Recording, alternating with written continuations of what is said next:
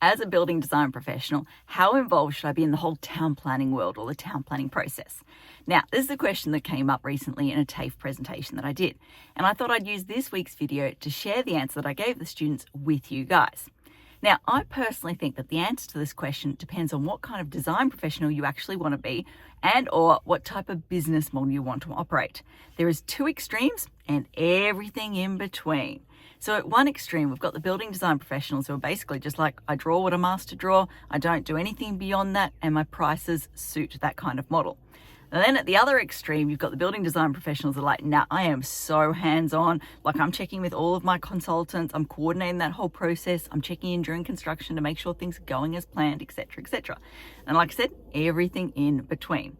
Now, there is no right or wrong answer here as to where you want to place yourself on that continuum. However, whenever I get this question, and in this week's video, I kind of want to use the opportunity to encourage people to take a step in this direction. It might just be a little step here, or it might be a big step. I want to encourage people to go in this direction and go towards being a little bit more hands-on and understanding the town planning world to a higher degree, bit more degree. What am I trying to say here? Just understand it a little bit more, let's just say. Now, there's probably like 4 key reasons as to why I want to say this.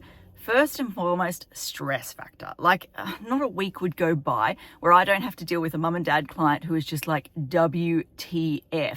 How did we get this far in the process? How did the building design professional not raise this with me now? And it could be something really simple like, hey, you can't have a window there.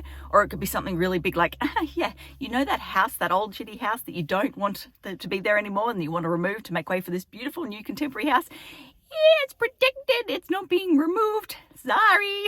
And as you guys know, it's not a quick or cheap process to go through the design process. Like you could be, I don't know, maybe at least 3 months, probably more likely 6 months to get through any sort of design process, assuming it's a bigger sort of renovation, right through to, I had a job last week, guy was in Windsor, he started his process back in 2020. So it's like 5 years it's been going.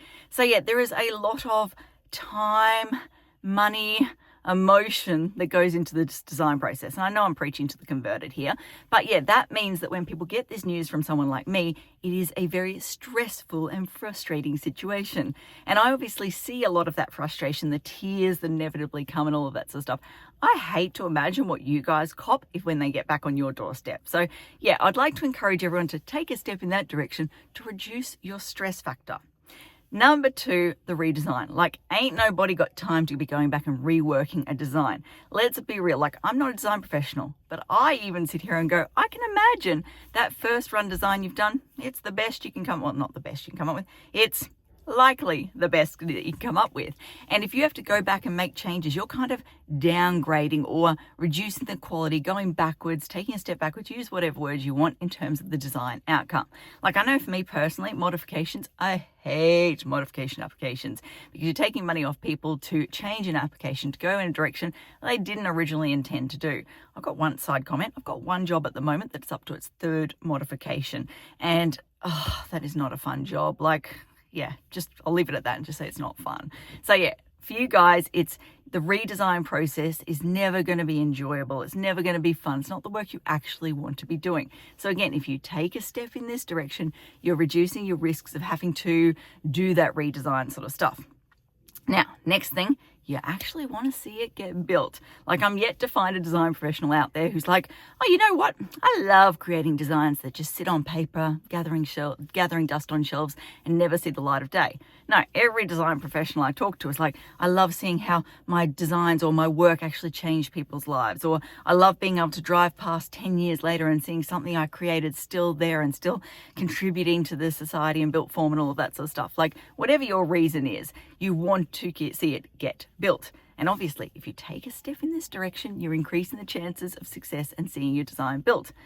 Last but not least, word of mouth. So if you get a client who's stressed out, who's had to redesign, who can't see the original design getting built, they are not likely to be running around singing your praises and being like, yo, I had the best experience with this design professional, you should use them, all that sort of stuff.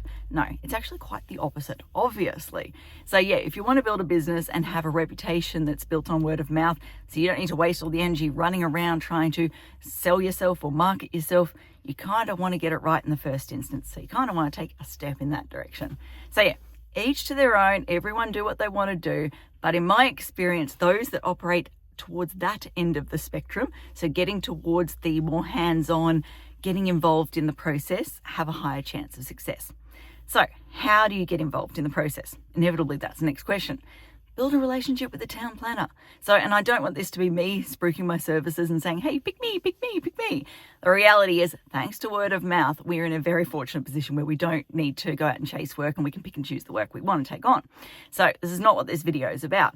But yeah, go out there, find a professional, a town planner that you gel with, that you vibe with in terms of communication style, approach to business, all of that sort of stuff. Like I've done videos in the past on how to pick a town planner, so you can go back and check that. I might try and add in like a little card if it's YouTube, or in the description below if you're watching on Instagram, so you can go back and check that out. But yeah, find a town planner that you think you would actually fit with and suit your projects and all of that sort of stuff, and just build a good relationship with them. So if you're working with us, the way we operate is we send the Charlie report. Ideally, you reach out when you first get the inquiry. We send you a Charlie report, which is just all the basic information that kind of sets the goalposts and goes, okay, here's the base information you need to know about this property. Here's the direction you need to run, so you're not wasting time going off and designing a contemporary house that can't be built because the first one can't be removed.